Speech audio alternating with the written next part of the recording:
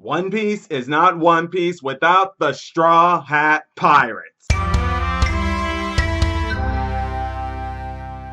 What's up, YouTubers of the world? MegaGeekMixer here to give you guys a special video in celebration of One Piece Chapter 1000, which came out officially today on Shonen magazines, which I'm pretty sure has got everybody exploding. But in celebration of it, because I've already did a review and post-review of it, I am now doing a video series as I talk about all the characters who have made a major impact in the Wano arc from the beginning of Wano arc to Chapter 1000. And what better way to start off than with the Straw Hat Pirates themselves? And I'm going to be recapping all of them in this one video because we have much characters to go through.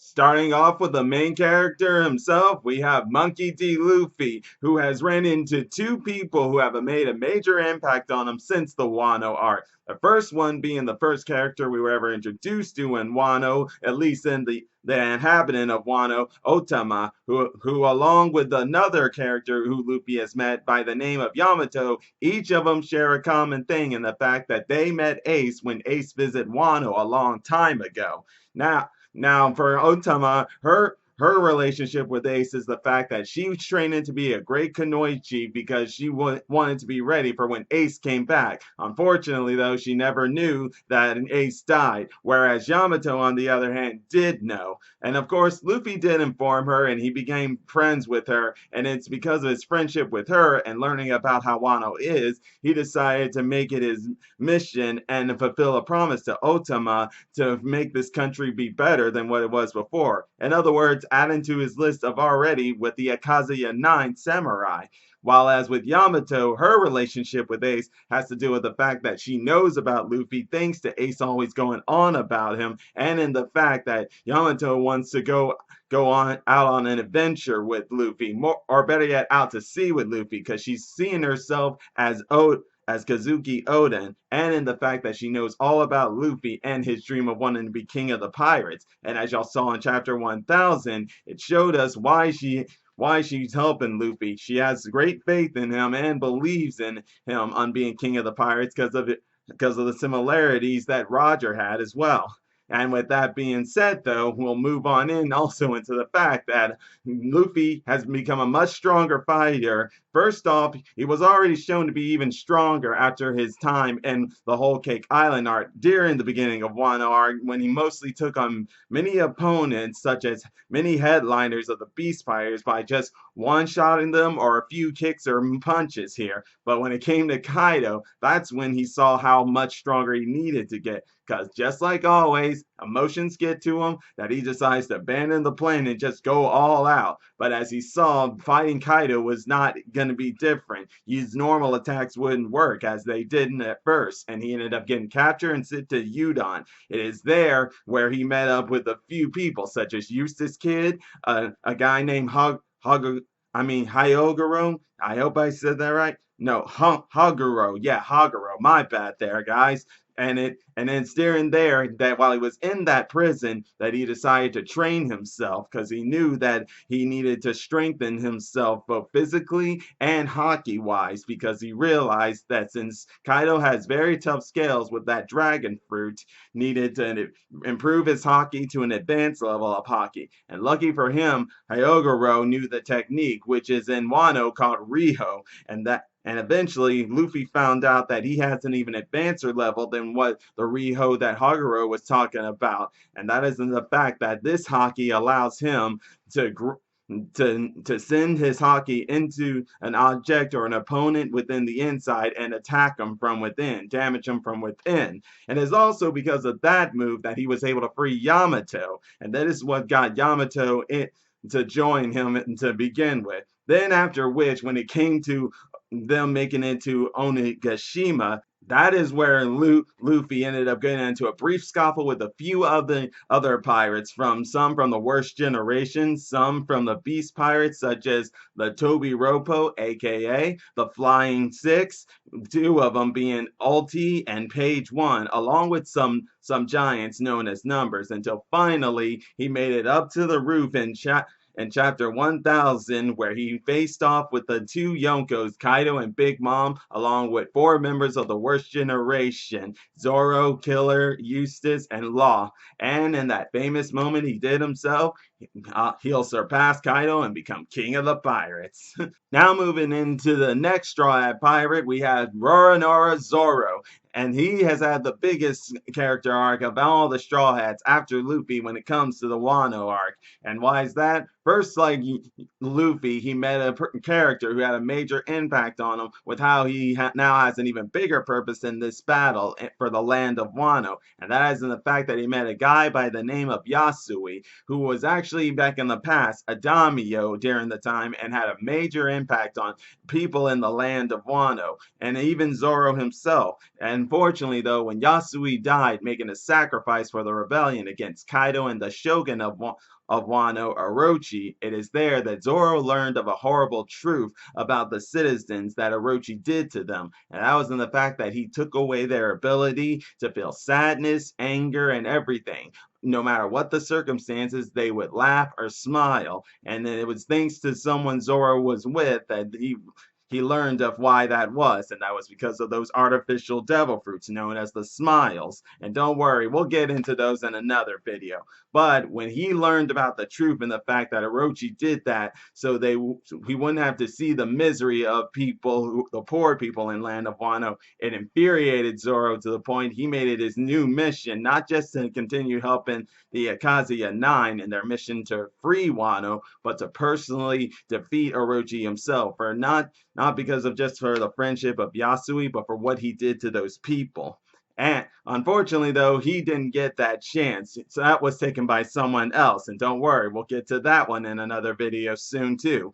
But he also ran into two other characters that had a major impact on him. First one was in the fact that his sword, the Shisui, was stolen. And if you guys know that sword, that belongs to Ryuma. And he fought the corpse of Ryuma back in Thaler Bark. And after beating him, received it. But now in the land of Wano, people who know of Shisui is known as a national treasure, and it was stolen from him from a guy named Gyuki Maru. It was during that time, though, he ended up meeting a woman by the name of Hiyori, who later on he found out is actually Momonosuke's sister.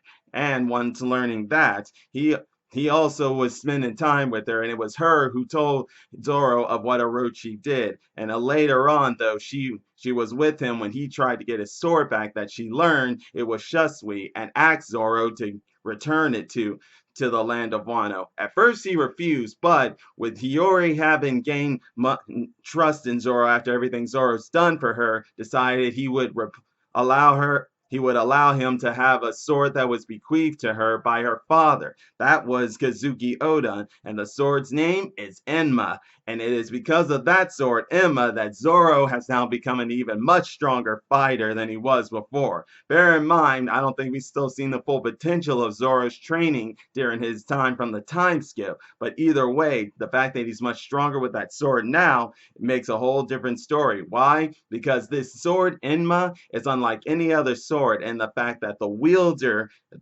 holds it, if they're not as strong as someone like Zoro or Oden, they find out that this sword takes away the haki of a person by force. It just sucks it right out of them. However, though, Zoro seems strong enough to be able to control it to where he was able to get his haki back, but not before demonstrating that when he tried to cut the tree, instead he cut at the cliff, showing that sword had a mind of its own.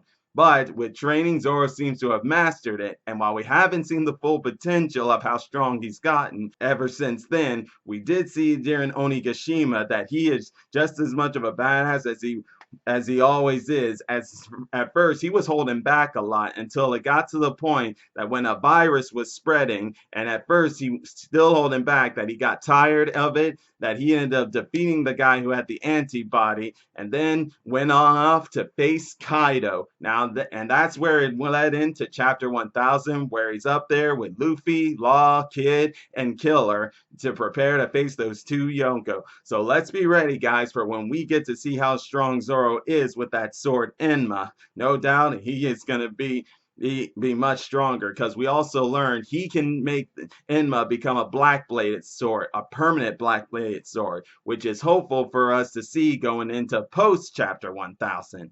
Now, the next person we're going to talk about is the MVP of this arc so far, Tony Chopper. That's right, guys. He's had the biggest impact after those two when it comes to the Wano arc. Why? Because he's pretty much, as I said, MVP of the Wano arc, like Brook was for Whole Cake Island arc, because of his doctor skills. They've been shown to great affection in this arc. We all know he's been able to patch people up and stop bleeding or terrible injuries and illnesses and stuff. But this is where his skills really shine. Because the one thing about the Beast Pirates is that they love to use weapons. Weapons that can turn their enemies against their allies. And why is that? Because they have bullets that actually contain a virus that can contaminate people on contact. One such one was during Udon, when Luffy not purposely, but or better, you know what I'm saying, willingly allowed himself touch the contaminated people who were attacked by a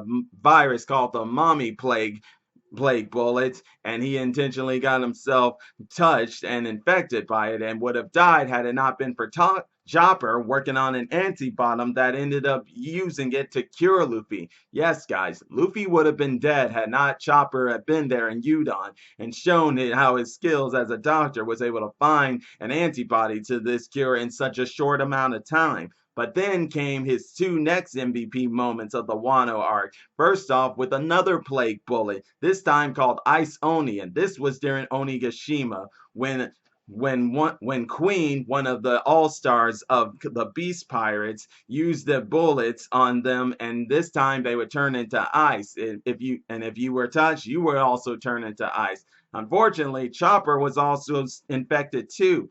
But during the time, he learned the mechanics behind it. And it's the fact that if your body temperature is heated up, it can stop the spread from happening. But also, knowing that, he needed some help. Luckily, he had someone to help him out with that. And this is when he was able to get a chance to talk with all the people, both enemies and allies alike, that he knows of the mechanics behind it, and he can make a cure for it, and he'll heal everybody, no matter if they're an enemy or an ally.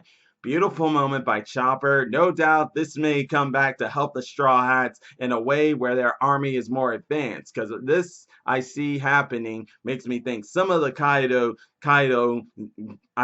not Kaido, but Beast Pirates, mind you, go over to the side of the Straw Hats and the rebels of Wano, and yeah, as gratitude. And if that happens, we got no one but Chopper to thank for that one. Now, having said that, let's move on into Sanji, whose pretty much only big arc so far has been the debut of the rat suit given to him by Germa 66, his family, and it's known as Stealth Black. But since it's the name for Germa 66, Sanji doesn't want to be called that, especially by people from the North Blue Pirates who know of it and aren't a fan of Stealth Black. But he calls himself Soba Mask because during which he opened up a soba bar for people to come in, and became very popular that it caught the Yakuza's attention, that they send in one of the Beast Pirates, Page 1, to find him since he was rebelling against them.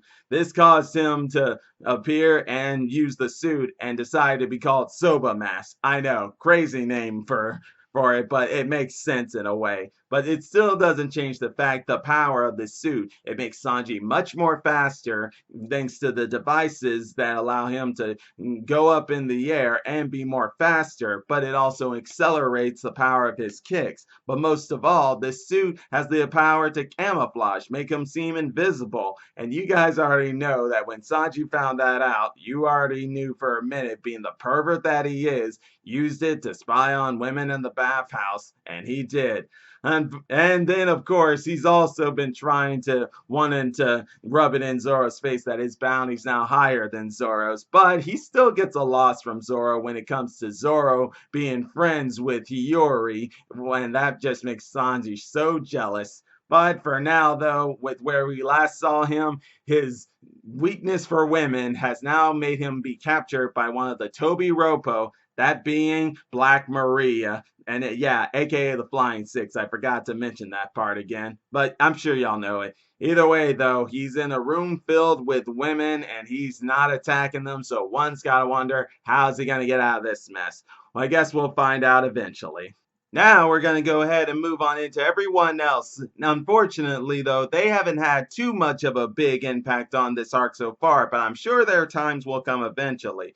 But let's go ahead with Nami, who pretty much the biggest arc character moment she's had in this arc was first off the old undercover thing and being a shinobi, but was when in Onigashima, you guys remember, she was able to take Zeus from Big Mom during the end of Whole Cake Island. Unfortunately, though, as we know, Big Mom is in Wano, and she got captured by Big Mom, and unfortunately, Zeus has been regained by Big Mom. So Nami, unfortunately, has lost her power up, but she still had one badass moment when she was fighting one of the Toby Ropo, the Flying Six, in the form of Alti, who told her that she'll spare Nami's life if she says that Luffy will not become king of the pirates, since that's what Luffy told Alti when he earlier encountered her. But as we saw, which is in similarity to what Zoro did in Theater Bark, it shows how loyal Nami is to Luffy, showing that no matter if her life's threatening or not, she can never say that because she knows Luffy would never forgive her if she said that, whether he heard it or not. She cannot betray him like that, and she truly believes he will become king of the pirates. This shows the great faith she has in Luffy and all, but we all already knew that despite all the way their relationship is. This is kind of why people, even myself, don't mind if she ends up being with Luffy and not Bo Hancock, although I still prefer Bo Hancock with Luffy. But I just wanted to say that. Now moving on into Usopp, he was on the undercover spot of recruiting allies and the rebels, but his only big thing so far has pretty much been protecting Yasui's little girl, a girl by the name of Toko, and then his battle with Alti and Page One, but he didn't really last so long in that one because those guys are devil fruit users and they're pretty tough too. But either way, that's all he's pretty much had. Now we'll move on into Brooke, who, like whose undercover mission was really to be like a haunting spirit and stuff, and it was to steal food, but he did use it a few times to help his crewmates when they were being attacked by some of the ninjas in the land of Wano. He hasn't really had much since then, but I feel we might get something from him here later on soon. Now let's go ahead and move on into Robin, who was undercover as a geisha to try to find out information on the enemy. Eventually, though, she was able to. And she, oh wait, almost forgot. She also was undercover during the Battle of Onigashima, playing undercover work, but eventually, this is where we got to see her and Jinbei and their teamwork. Jinbei, who has already joined the crew now, officially joined it, has already shown great teamwork with her. And that's pretty much all there's been with her, other than the fact of two other things that are going to be impactful going forward post 1000. That is the fact that Trafalgar Law has told her his true name of being Trafalgar D. Water Law, and in the fact that now Big Mom is targeting her, as she's told Kaido that they can kill the rest of the Straw Hats except Nico Robin, showing that she wants Nico Robin for the poneglyphs, and she's not waiting on her, what was her name again? Pudding. Yeah, Pudding's 3i to awaken. She's not waiting on that. So you can expect big things coming for Robin here soon as the crew shows once again her dedication. But let's also see some badass parts in Robin's side of the story. And speaking of Jinbei, who we mentioned earlier here, he hasn't really had that big of a moment either, other than finally making it to Wano and officially calling himself a Straw Hat, being the helmsman of the Straw Hat crew and helping Robin during the infiltration of Wano by playing undercover. But eventually he started helping Luffy to get up to where Kaido is, and this eventually got him into the spot of facing one of the Toby Ropos in the form of a guy named Hoo who is eating the saber-toothed tiger fruit. And they seem to also have some history together. At least that's what Hoo is implying. And that's where we were left with Jinbei. Then finally, there's Frankie, who I guess you could say maybe his arc has been the biggest of all of all the others besides Luffy, Zoro, Chopper, and Sanji, because in the fact that he saved Nami when she was about to be killed by Big Mom, but not only that, he also stood up against Big Mom when Sanji told him to I mean, not Sanji, Nami told him to run away since she's a Yonko. But since Frankie, like Nami, is loyal to Luffy, it's showing that since they are the crew of the future Pirate King, they can't be showing any fear towards Yonko, and he was even prepared to use his beam attack on her. But that was before eventually Numbers showed up and attacked him. But luckily, though, with the Iron Frankie and stuff, he's been able mostly to hold them off by getting them away from him with running away, and ended up rescuing Yamato and Momonosuke. But eventually, he was put in a position where he's now taking on one of the Toby Ropo in the form of a guy named Sasaki, who is also a fishman, but also ate a devil fruit, the ancient devil fruit of the Triceratops. So basically, we're about to have the Iron Frankie versus a dinosaur in the form of the Triceratops, one of the most defensive